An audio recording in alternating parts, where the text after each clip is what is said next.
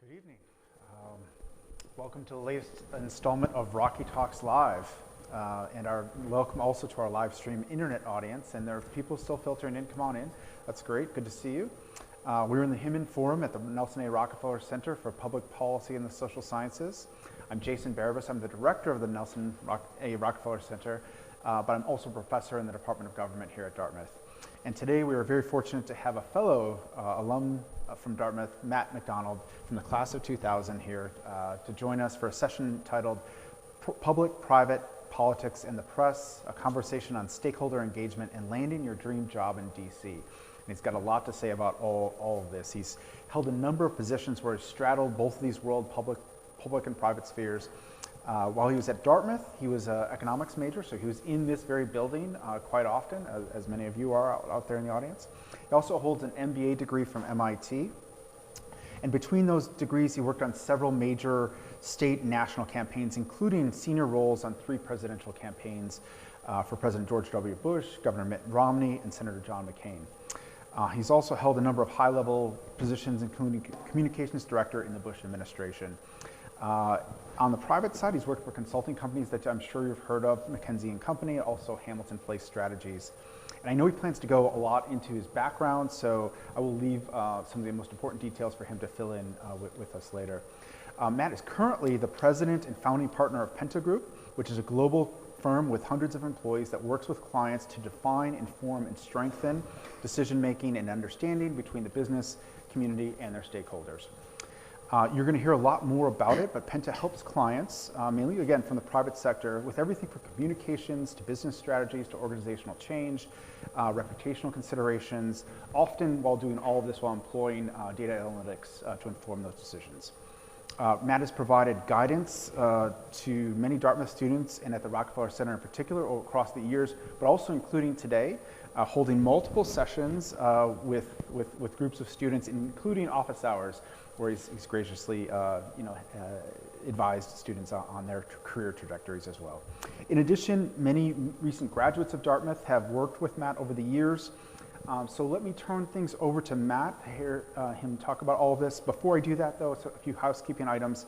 We're going to have a Q&A session after his presentation. We'll pass a microphone and you'll be able to ask your questions for those of you in the audience right here. We'll also be able to have questions from our live stream audience come in. If you email your questions to rockyqa@dartmouth.edu, and you can use an ampersand or an A there, so rockyqa@dartmouth.edu, and we'll try to have those questions answered as well. That's my introduction, and I look forward to hearing more from Matt McDonald. Thank you. Thanks, Jason. It's nice to be here. It's nice to be back. I fondly remember interrupting and walking through presenters in this area when I was an undergrad, so it's a little weird being on the flip side of that. If someone comes through, I'll introduce myself. We did not have live streaming at the time. That was not a thing, but whatever. There's silver linings to COVID. So I'm going to go through a bunch of I'll go through a bunch of stuff, a little bit about my career path. I'll focus a little bit on kind of how to get a job and that sort of stuff. For the undergrads who are here, if you are mainly interested in how to get a job, can you just raise your hand so I can get a sense of what people are up to and thinking about? Oh, there's a couple of hesitants. Okay. All right, cool. Well, let me jump into it. I'm going to talk a little bit about my career.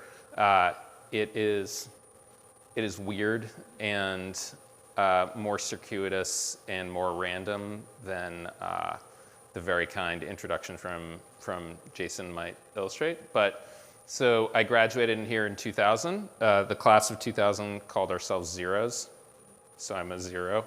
And like my whole career, I've been a little bit on like the econ and business side, a little bit on the government and politics side. I've kind of like wandered between those two a little bit. Most of the jobs that I had were a little bit like, oh, that sounds like a cool opportunity. I'll go do that. So there wasn't a ton. There wasn't necessarily as much intentionality as there may seem in retrospect. But so I graduated in 2000. I had two job offers in the spring before I graduated. One was to go do software consulting. This is before the first .com bubble. And then the other was to be a speechwriter for the governor of Massachusetts. And I was like, oh, that sounds cool. When would I get a chance to do something like that? So that's what I did. So I did that for a little while, and I said, okay, well, if I'm going to kind of continue on this, like the place to be is Washington. That's where kind of the action is in politics and government. So I went down there. That was a good decision. You know, when I was in the State House in Massachusetts, like they were still printing out press releases that we would then go hand deliver to reporters, which even at the time, I mean, I'm old, but I'm not that old. Like that was ridiculous at the time. But so I went down to DC and things were a little more advanced. It was definitely, I learned a lot just in that transition. I worked for my first job in DC. I worked for Steve Schmidt, who's a somewhat well-known political strategist these days. He and I worked together on the Hill, and then he went over to the Bush-Cheney reelect, and he brought me over there to do that. And like one of the things to think about across your career is who are the mentors you will learn a lot from, that you can kind of follow in some of those jobs and create some of those opportunities. So I ended up on the Bush campaign in 2004. After winning, I moved over into the White House. I was in charge of communications for economics. So that's why it's kind of in the middle, because I was like, it wasn't quite political, but I was dealing with kind of economic communications. Ben Bernanke was the chair of the Council of Economic Advisors, and so before he became Fed chair, so I worked with him a lot on messaging and communications. Matt Slaughter, the dean at Tuck, who was one of my professors here, he went to work on the Council of Economic Advisors at the time, so I did his confirmation prep, which was kind of fun. So I really turned the tables on my professor to murderboard him for his Senate confirmation. So I was there for a year, and then in 2006, I went out to work for Arnold Schwarzenegger in California, and that was wild. There's a lot to say about the Arnold campaign, but it was an interesting prelude to certainly to Trump, but like thinking about the intersection of celebrity and politics, that is a weird little alchemy in the United States of the way that stuff intersects. So like, you know, there's Arnold was a candidate where there's no new information on Arnold Schwarzenegger. Everybody knows who Arnold Schwarzenegger is, right? And so like there's no kind of introduction, there's no, like, people have their opinions. So it was a very different and interesting campaign.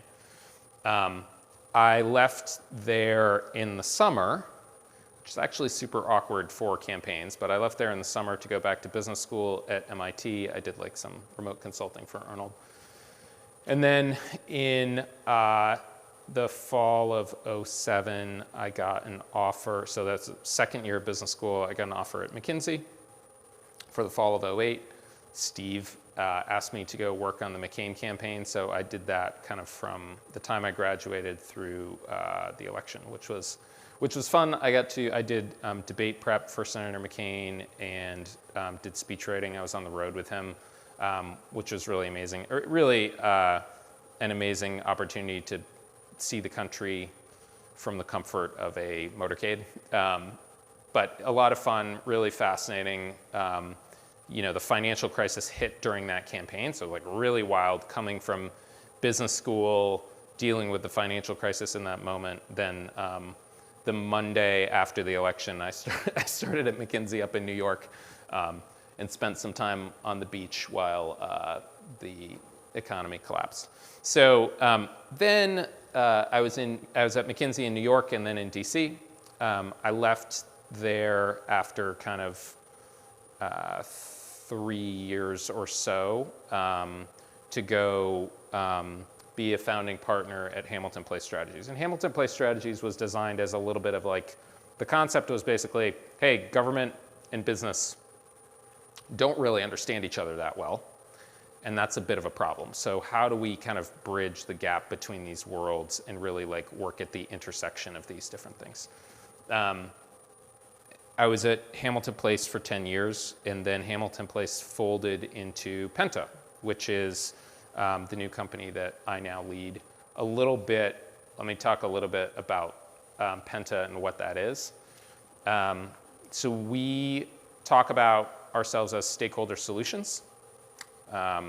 We think about the mission of the firm to help companies understand their stakeholders and to help them be understood by their stakeholders, right? So you think about, and I'll talk a little bit in a minute about kind of what that means and what that is, but we are a pretty big company. We've got about 350 people globally, with offices in DC and New York and San Francisco, but also then in Dublin and London and Brussels and Singapore and Hong Kong.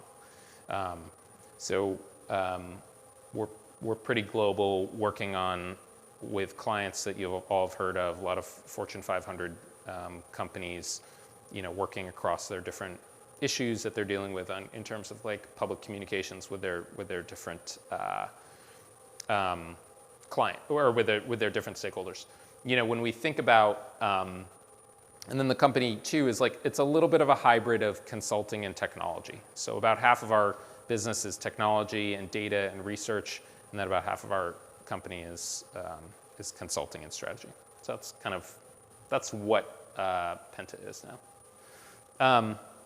So I'll talk a little bit about stakeholders and kind of what this is. I don't know that this is a particularly as much of a live discussion on campus as it is in the business world, but there's a lot of discussion, debate, and thinking around what companies owe to stakeholders, right? So this has been a live conversation for a while, but in 2019, the Business Roundtable, which is kind of a membership organization of large companies and CEOs, is so the CEOs came together and they said, we're going to update the purpose of a corporation. And so this was a pretty big deal, made national headlines, and they defined it as they kind of broadened it from just what was the case of kind of what was termed shareholder primacy into stakeholders. And okay, all of our stakeholders are important. We commit to deliver value to all of them for the future success of our companies, our communities, and our country. So this was an update of the Business Roundtable back in 2019. And then, here, let me see if I can fix. Almost there. You think I can get it? Yeah, all right.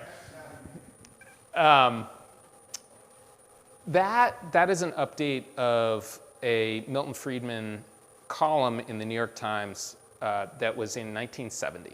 And you kind of roll back to that period, and this was from 1970 through to that, this was probably the dominant view in the business world. And truth be told, still carries currency today. But he talked about it this way. He said, and this is about the purpose of a business. In a free society, there is one and only social responsibility of business to use its resources and engage in activities designed to increase its profits so long as it stays within the rules of the game, which is to say engages in open and free competition without deception or fraud. So the update from the Business Roundtable was an update of what Friedman had said, 50 years earlier, okay? If you go back even further, and this is something that, like a lot of people will talk about the first one and talk about the second one, a lot of people have lost the third one, which Peter Drucker is a pretty famous, at the time, and still carries weight, but business writer back in like the 50s and 60s. And he defined it this way. He said, if we want to know what a business is, we have to start with its purpose. And the purpose must lie outside the business itself. In fact, it must lie in society. Since a business enterprise is an organ of society, there is only one valid definition of business purpose: to create a customer, which I would actually argue is kind of more interesting than the other two, is that if you don't have a customer, you don't have a business. If you don't have profits, you might not have a business, but as like we've seen from tech companies, there can be unprofitable businesses. Profits are almost a measure of a business over time as opposed to a purpose in and of itself, right? So there's a lot of conversation around these days around business purpose and stakeholders. And some of this conversation is kind of the center of where our firm is operating in helping businesses communicate with their different stakeholders and understand their purpose. When we think about stakeholders, we would mainly talk about 4 different groups. Okay, so you've got employees, you've got customers, you've got investors, and you've got political actors, regulators, right? So across those different 4 groups, the story is going to be slightly different for each company. Okay, so if your company is B2C, which means business to consumer, which means that they market directly to people buying stuff off the street, that's one thing. If it's B2B, which means it's a business that sells to other businesses, that means something else in terms of who their stakeholders are, right? Same thing if you're from an investor perspective. If you are publicly traded, that means something different than if you are a privately held company. And all of these different dynamics and what it looks like for an individual company has implications for how they may navigate tensions between and among stakeholders, right? And then in addition to that, you've got kind of like external intermediaries. So the media will have things to say about your company. Your competitors will have things to say about your company. These are all kind of dynamics that we think about when we think about the stakeholder universe, how our clients communicate with the stakeholder universe, what that stuff means. All right, so that's kind of about me, Penta, what I'm doing. I'm going to transition to talk a little bit about getting a job after school in DC. This is a little bit of a framework that I kind of adhere to in kind of understanding DC and the DC environment, as probably most of you are thinking about it. I think this is Chuck Schumer is known for adhering to this kind of general structure of understanding Washington. I think he's basically correct on that. So for any job in DC, or for orienting your career as how you want to think about it, is that there's 3 pieces that are useful to understand, right? There's policy, there's politics, and there's the press. And all jobs touch these 3 in some way, but you want to think about and calibrate where you want to place your emphasis across these 3, right? So policy is kind of the substantive side, okay? So, and again, if you're working in DC, you're going to be dealing with substance on some level, but believe me when I tell you that I have worked with people who can really, really get into the details on stuff, right? So, you guys may think you're wonky, but when you get into kind of Medicare reimbursement rates and some of this stuff, it can get pretty dry pretty quick. So there's the policy side is kind of that deep discussion of what is the right answer for what should happen, right? I mean, that is what politics is about. It's about us collectively deciding what should be done, what policies should be implemented. There's the political side, and this is, the most concentrated version of this is the campaigns. Okay, campaigns are hyper-political by definition. That's what they are. So, that's about who gets elected to decide what the policy is. That's what campaigns are about. The politics side is more, when you think about that, Joe Trippi, who was was the campaign strategist for Howard Dean back in the day. In the profile stories around him, he was known for consuming like 5-liter Diet Coke things a day, right? The guy just like ran on caffeine, and politics and campaign are like that. It's like adrenaline junkies. People go a million miles an hour. If you want a job on a campaign, you need to like have your bag packed so that when someone calls and says, I need you in Des Moines on Tuesday, you fly to Des Moines on Tuesday. That is kind of the speed of that stuff.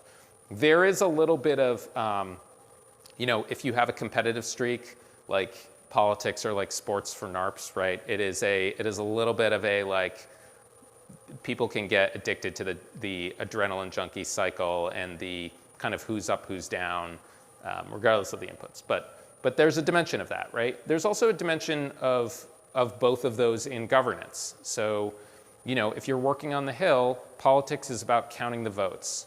Policy is about writing the bill. You can't get legislation passed without both, right?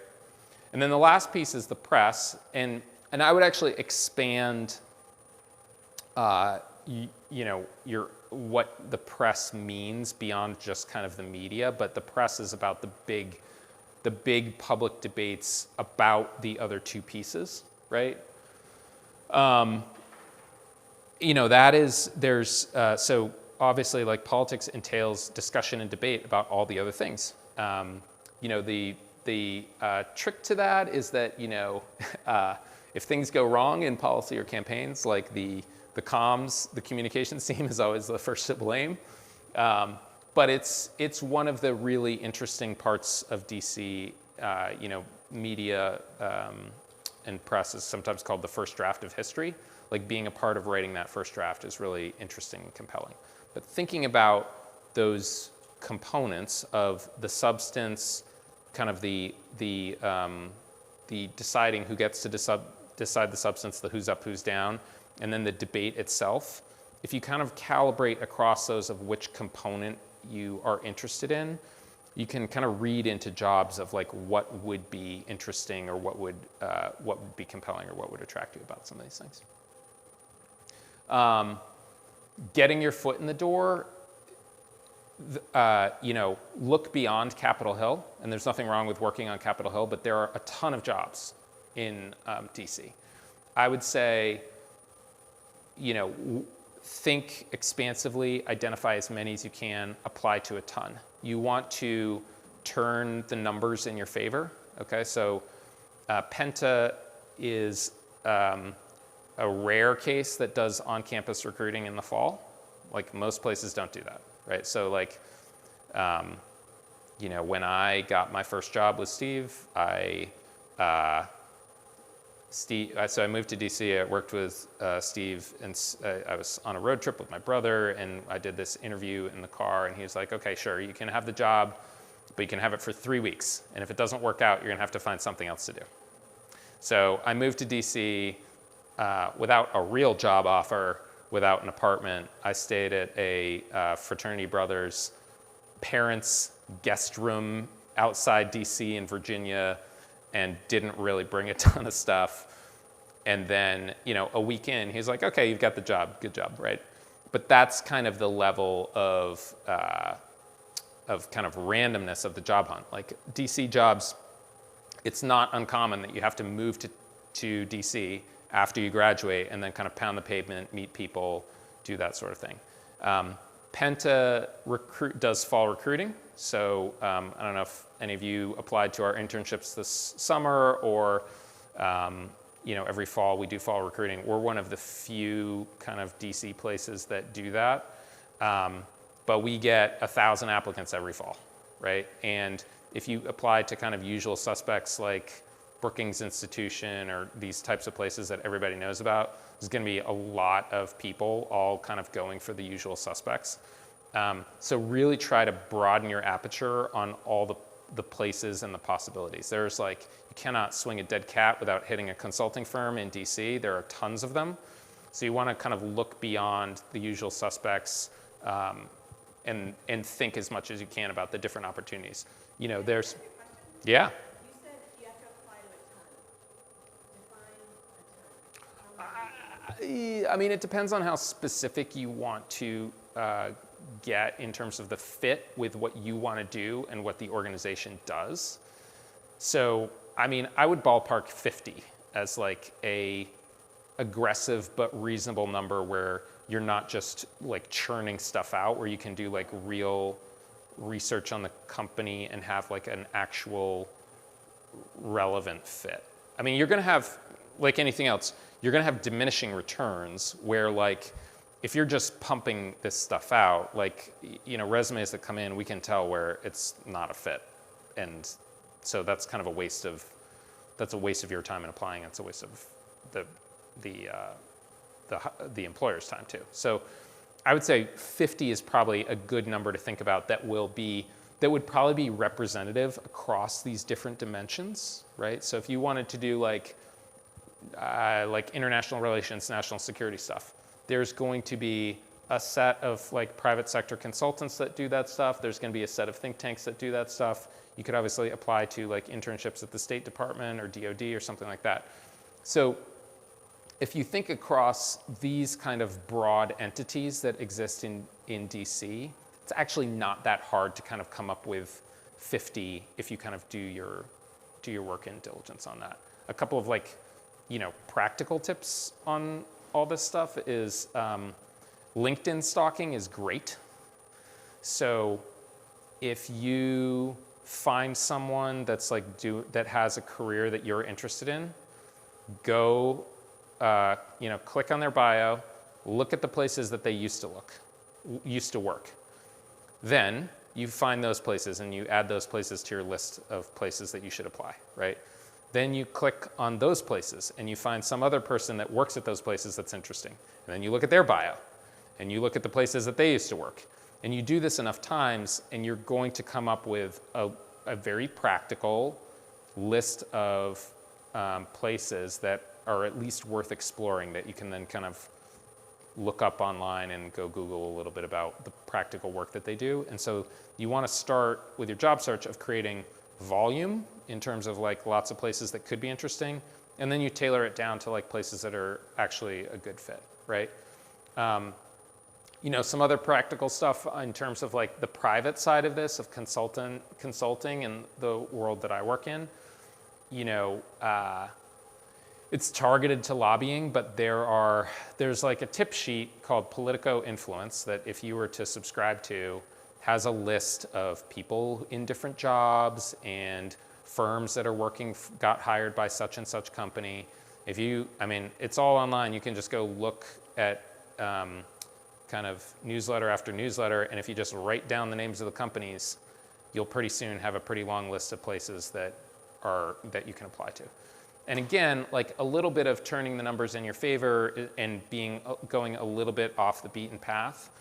There are a ton of places in DC that would be very happy to have Dartmouth students as interns, right? And a lot of those places do not have the bandwidth to come on campus, to get in front of you, to say, hey, to like do proper recruiting, maybe even to have a structured internship program. So the issue with DC is that there's tons of jobs, there's tons of internships, but the onus is a little bit more on you to go find those places because they don't tend to come to campus, except me, right? So, anyway, I would just figure out how you can kind of expand that list and then kind of work through the list. You know, figuring out networks or places that you have connections is good. Like DC is a very networked place, but even on the front end, you're usually looking for like more formal channels to get your foot in the door. Opportunities at Penta. We have an internship program. Our internships is designed a little bit more like MBA internships. So our interns in the summer, the goal is actually for full-time offers for after senior year. And then we have full-time roles as associates and analysts. That is a fall recruiting cycle for kind of the following, for start dates the following kind of summer through fall.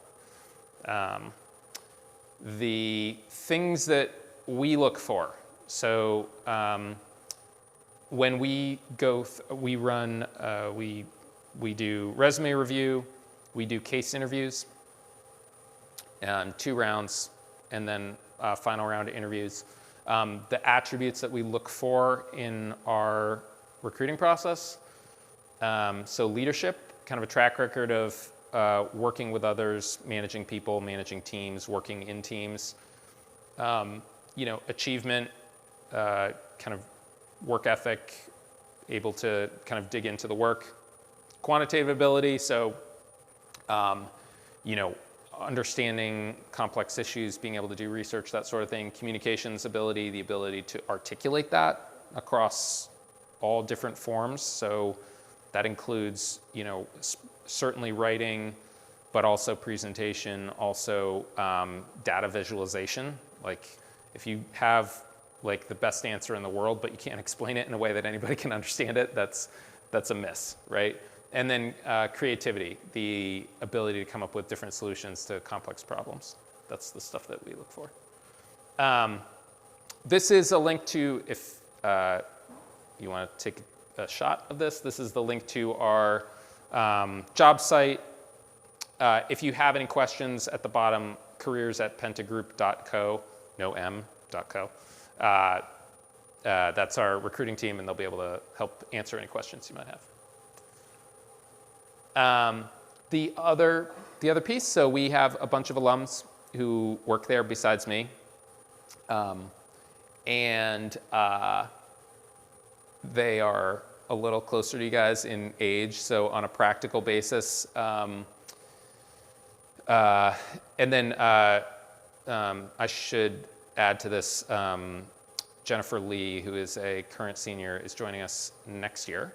But Blake and Isabella and Nicole and Julia are all always helpful and eager to share and engage. I think like Julia's probably, her picture's around the corner, but I think she's a little sad now that she's kind of aging out. Like people don't email her as much as they used to. It's more the more recent people, so shoot her a note.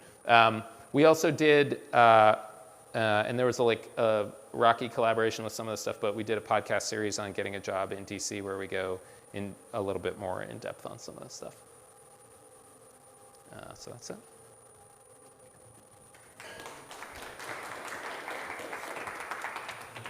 Thank you. Yeah. Thanks. That was great. There's a lot to dig into, and I see a lot of eager folks out there. Let me just get the ball rolling with some of the things you said, and I could really jump in at various parts of the talk. But I was really captivated by some of your earlier slides that you went from the business roundtable quote to Milton Friedman quote to Drucker, and in there, in the 21st century workplaces is this movement toward ESG, right? Yeah. Environmental, social, and governance. I suspect, I've seen it on your website, your firm probably has to really stay attuned to those kinds of movements and those kinds of shareholder concerns. And in the quotes you saw, I was wondering your perspective. I see a changing definition there with the profits being most central for Friedman, but then I see society in Drucker's comment, and then the Business Roundtable sort of wrapping it up. So I guess I was wondering if you could just get into this as a phenomenon. Is it always been with us? Do you see it? Is it faddish? Is it are we going to be on something else? Is there going to be some other acronym coming up in a few years? There will be. There will be. And I would say faddish is probably not charitable enough for all these different views, but these are also artifacts of periods of time that are all different, right? So the Drucker quote in 1954 is about the purpose of society, of business in relation to society, is that, the business leaders of that time were in a very, very real way engaged in World War II a decade prior. So you have that quote, when you situationalize that quote in the society of context at the time, those are people who had lived through a national mobilization for a global war. And that, you know, I mean, think about, I graduated and 9/11 happened, and then I graduated again and we had a financial crisis. And then we had the pandemic. And these are all events that are like, you know, life-shaping events. And so like the idea that people who had come out of that, of the World War II and that conflict and the comprehensiveness of it would be very attuned to society and how society works together makes sense. Friedman, in the 70s, when you think, and he was early on this, but like business in the United States over the period of post-World War II through into the 70s, you know, when large parts of the rest of the world were functionally destroyed, it's easy to compete on business when you're like the last part of the world that has like standing factories and stuff. So, you know, there's theories and discussions in the business world of like that period of time and the preeminence of the United States is not really maybe a function of how great we are, but maybe a function of like how the rest of the world was destroyed. Mm-hmm. And the 70s were a period where, you know, the lack of competition and globally was a period where you started to see like U.S. business being perceived as softer and not really up to the task of competition. So in that context, you can see where Friedman's ideas gained currency of like, okay, and even with the Business Roundtable is that, you know, how they would probably articulate this is that, you know, paying attention to stakeholder is ultimately value creating over the long run. That's like mostly how they would articulate that. And the Friedman quote in the Friedman's writing is in a context when, you know, American business was kind of fat and happy, and you were kind of coming to the tail end of that when there were a lot of different pressures creeping around the corner. So I would say that there will almost certainly be new ideas into the future and new imperatives, and part of that is a function of kind of changing times and how people react to it. This is interesting. I mean, your career is, you showed the back and forth between the public sector, private sector. On this, in fact, you know, you see states attorney general trying to, you know, sort of push back on some of these things with, I mean, I'm sure almost governors, attorney generals, yeah. Yeah, that's what the A is. So again, I think Penta seems perfectly situated for this moment in time, given these sets of concerns and then the reactions, counter reactions. Yeah, no, it's very interesting. Well, you know, I think that business generally is dealing with stakeholder concerns and arguments and appetites that they're unfamiliar with dealing with, right? And it can create lots of blind spots in how people navigate some of these issues. So identifying it, understanding who your customers are, who your employees are, all these sorts of things, super, super, super important, because you know, we're living in an era where everybody has lots of platforms in which to express their opinions and ideas. And, you know, oftentimes for businesses, the real danger is in kind of is being too reactive to kind of the latest loud voice and not having kind of a lens of what they're about and what they're trying to do. You probably have to talk a few people off the ledge and, you know, yes, what not to say. Well, a lot of business leaders are not trained in any of this. Mm-hmm. So like they didn't get to be CEO by running for office. That's not how any of that works. And And most of them have probably very little experience in companies, depending on the size of the company, they try and do this, but they'll have some like public speaking experience, but talking to a reporter is like a completely different exercise, and this stuff is complicated. They got their jobs because they ran a good P&L and they are able to manage the business. But it's a different exercise when you're expected to be kind of a public face for an institution, and like a lot of CEOs are not prepped or equipped to do that. Well, I want to turn to the audience in just a moment. Let me switch to the career side then, and also all of us here at Dartmouth. So as I was going through, I was looking through the attributes, the traits that you look for. The leadership, and the Rockefeller Center certainly tries to contribute there, and also with the internships too. I'm glad Penta is paying for them. If you find a firm not as generous as Penta, we also provide funding for Dartmouth students to take internships in DC. So that's where you really can cast a wide net in there. But I was also trying to think as a faculty member, what kinds of things we should be teaching. What do you wish that you had learned that you perhaps weren't taught? It strikes me that a lot of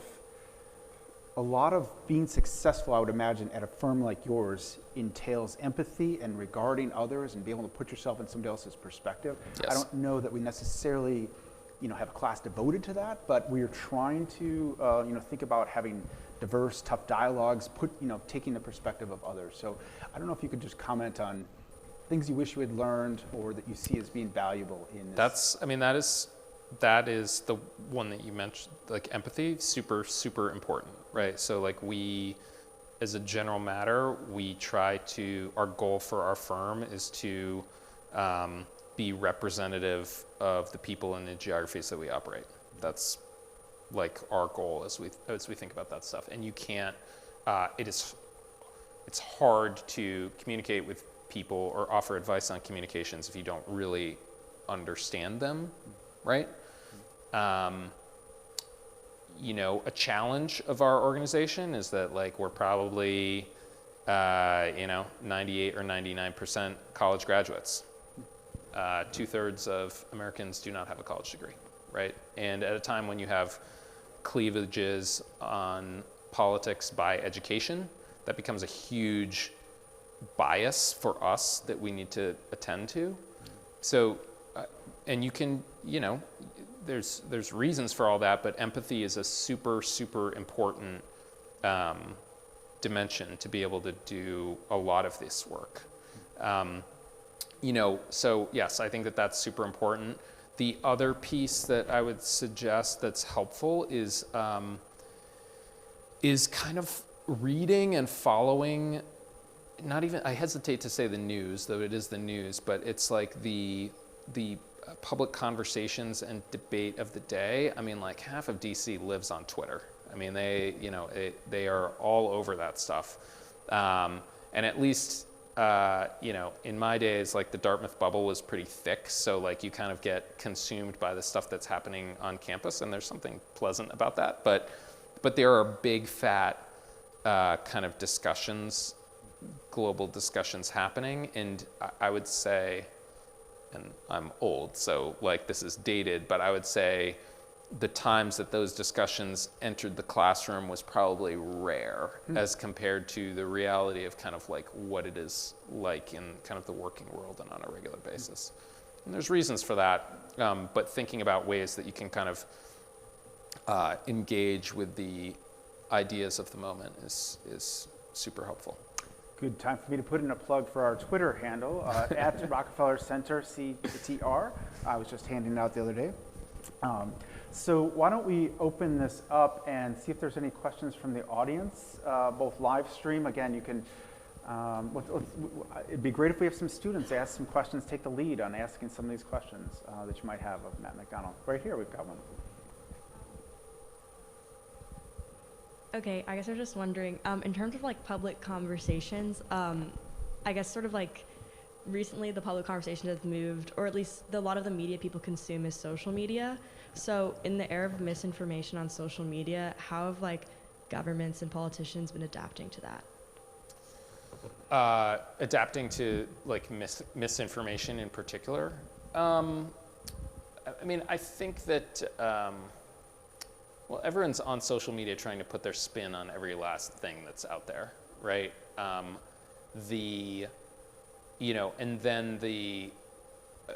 then you've got kind of, I would say, different efforts at different levels for like kind of civic education and how to understand and assess those things. But, in general, the people running the government, like Twitter aside, they generally are not like super engaged on social media, right? So like, I have a teenager, and I have a little bit more of a calibration on kind of what that stuff looks like. But even when you look at stuff that's on like TikTok, for example, it doesn't have to be political misinformation. Is like half of the stuff that's on there is like contrived in some way to entertain, even if it's just for entertainment, right? You have weird like deep fake stuff that's out there. So I don't think that, I'm not sure that it's super top of mind at like a lot of the political and official levels. There's people who are obviously concerned about it. Everybody's concerned about it, but I don't think that you've yet seen on a lot of the stuff that's out there and misinformation is, there's a lot of like just political spin and political garbage. But I've been working in politics for like decades, and there are still people, decades ago there were still people who had their facts wrong and like spouting out stuff.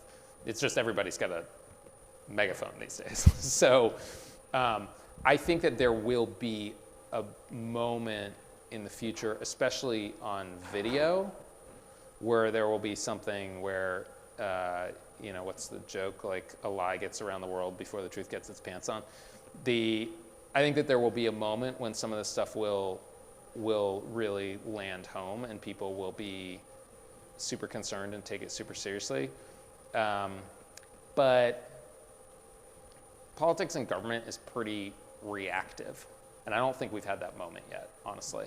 I think it's almost certainly coming, but government is great at fighting the last battle. It's not super well adapted or designed to things that are coming in the future. Okay. But thank you for the question. We got another question. Hello, thank you for coming. So my question is, can you talk about your promotion progression from your initial position at the company before Penta going all the way up to your current role? Sure. Well, it's not a long story. So I was a partner at Hamilton Place Strategies, and I was a partner there for 10 years. And then Hamilton Place Strategies is part of Penta. So after 10 years, we got private equity backed financing, and then we did a roll up of, the Penta is a combination of 8 different companies. So in my role now as president, is like, what's the backstory on that is, so there are not a lot of people with MBAs in Washington. And truth be told, like Washington doesn't really value the MBA, but private equity people value the MBA. So I had played kind of a role at Hamilton Place of a lot of kind of the internal business mechanics and how the firm functioned and ran and that sort of stuff. And so now I kind of play that role at Penta. But, one thing that I would say is that, when I started at Hamilton Place, it was like 4 or 5 people, and, the lights worked, but like that was kind of the level that we started. And then by the time we got investment, it was a company of, I don't know, like 80 to 100 people. So, when you think about, I would say when you think about like title and progression and that sort of stuff for yourselves at the front of your career, really focus on the learning. Because I wouldn't get super preoccupied by either money or title. Because there will come a time where you will need money and you will want a title. But for now, what you have as a comparative advantage is time. I don't have time, right? So for you all, I would focus on places where you can learn a ton. Look for organizations that reward quality and that will move people up and give them additional responsibility. Look for mentors who will invest in you and take the time to teach you how to do things, especially in DC and politics, where there's way less structure for training than there is in corporate America. So you really want to identify places that have kind of that culture of learning and thinking about that stuff, because when you think about that, you're like, to put my econ hat on, you're building your human capital, and there will come a time where you don't have time to build human capital. Life intrudes, there's other things that happen, and like other pressures come to bear. So, spend your time in your 20s really focused on learning and learning opportunities, and then kind of title and money and the rest of the stuff will come. But the other thing is that, like, when I started at Hamilton Place as a partner, I think I was making less than the 3-year-out graduates make today, and it was a small shop, right? So I had, a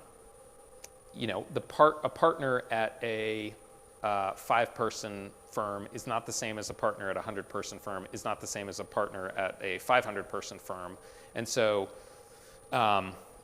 Again, titles are and roles and stuff are something that I would encourage you all to look past at the front end, but then identify places where you can create and add value in whatever organization you go to, and then the rest of the accolades will follow. Great. I saw another hand in the back. Hey, thanks for being here. It's always nice to have someone who's been in our shoes a little bit. So my question is, when you were graduating, what was sort of the time horizon? What was sort of the time horizon on your plans? Because it seems like you did almost kind of the reverse of what a lot of people today do in moving up pretty far in the policy world and then into consulting, whereas a lot of kids our age now kind of start at consulting and then maybe move into something once they sort of hone their interests. So did you always plan to do that, or was that kind of an on the... I probably couldn't have gotten a job as a consultant when I was an undergrad, but I would say that consulting's great, right? I think it can be like a great 2-year post-grad, quick mini MBA type of thing, right? But you also want to think about and be careful about kind of getting on that, I don't know what you call it, the hedonic treadmill of brass rings. There is always something else that people will dangle out in front of you that seems compelling and you want to stick around for and that sort of thing. And so you need to be, I would say, in whatever job, you just want to be intentional about why you're there. And you don't have to think about that every day, but you have to think about it frequently enough that you don't kind of pick your head up after 10 years and be like, what happened? Where am I? Right? When I was at McKinsey, I can remember talking to people who did not make partner, right? They are in the partner window, they did not make partner, and they're kind of what do I do? Had just kind of gone along day after day without being super intentional about why they were there or what they wanted to do.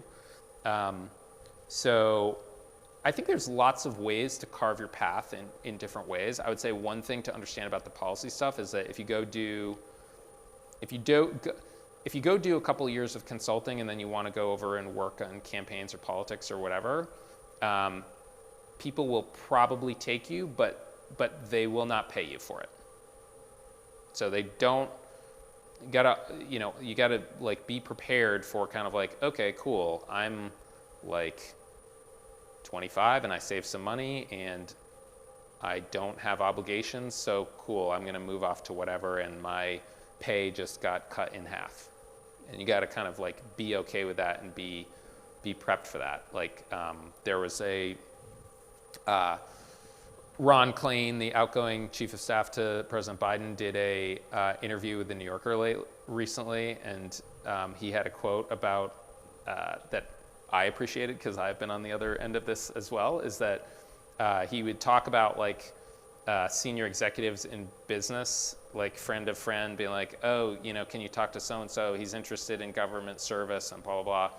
And these, these executives would come and they'd say, yeah, you know, I'm really interested in strategy or maybe overseeing a government agency and this type of stuff. And Ron would say like, you know, if I came to your company and said, hey, I've never worked in your industry, I've never worked in the private sector, I haven't worked at your company, but I'd like a senior executive role overseeing thousands of people, what would you say to me?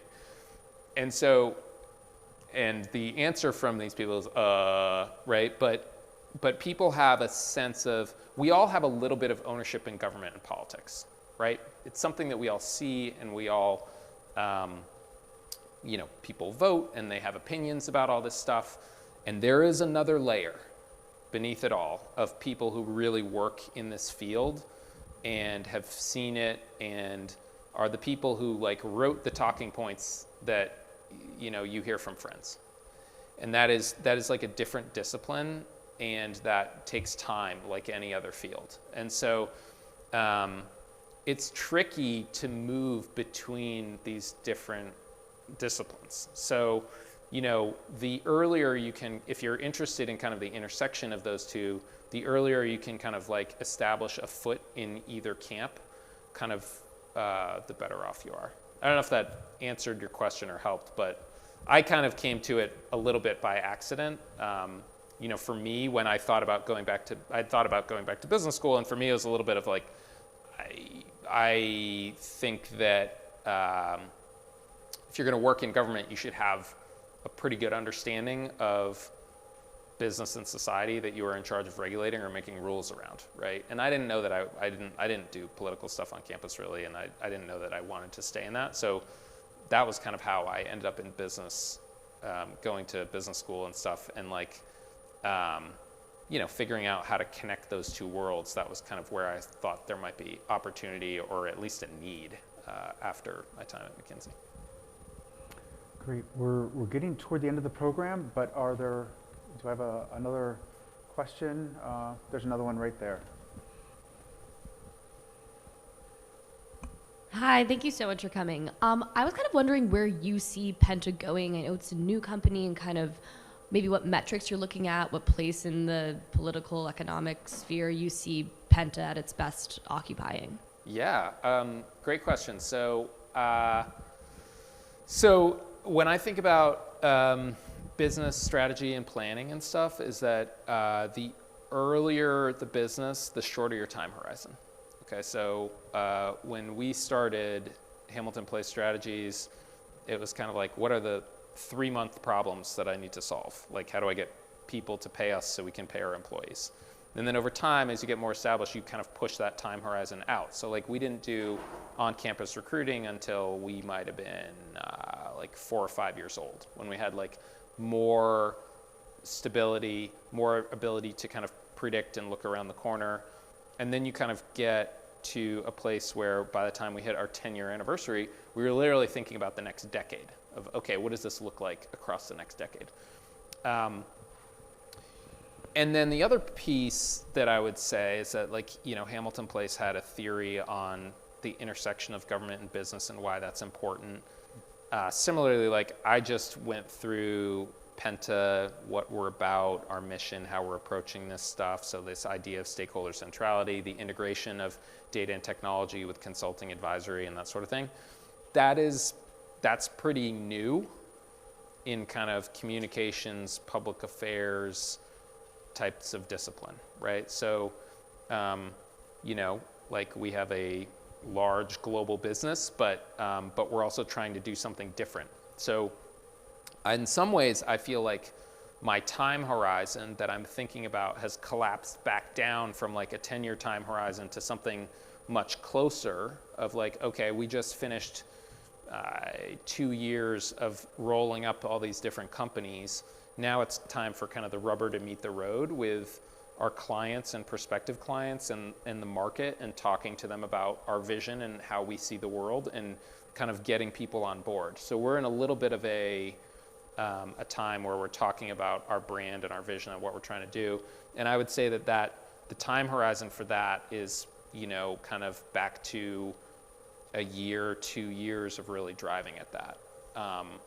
So you some of these things like kind of go in cycles, right? And you don't want to be, you don't want to get into kind of analysis paralysis or always strategy and never execution, right? And so like right now, we've done our strategy. We've executed on our strategy for several years, and now it's time for execution of like going and doing the work of meeting with lots of people, articulating how we see the world and how we can help them.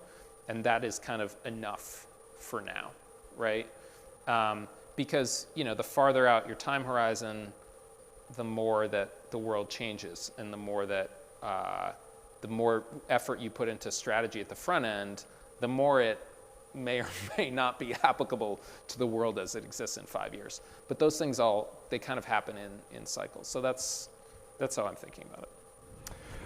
On that note of time horizons, unfortunately we are out of time, but I want to just thank you for being here and also welcome you back to campus, today, but also into the future. We'll be looking for you to come home. Thank you. Come home to Dartmouth often. Thank you all for coming. It's great chatting with you.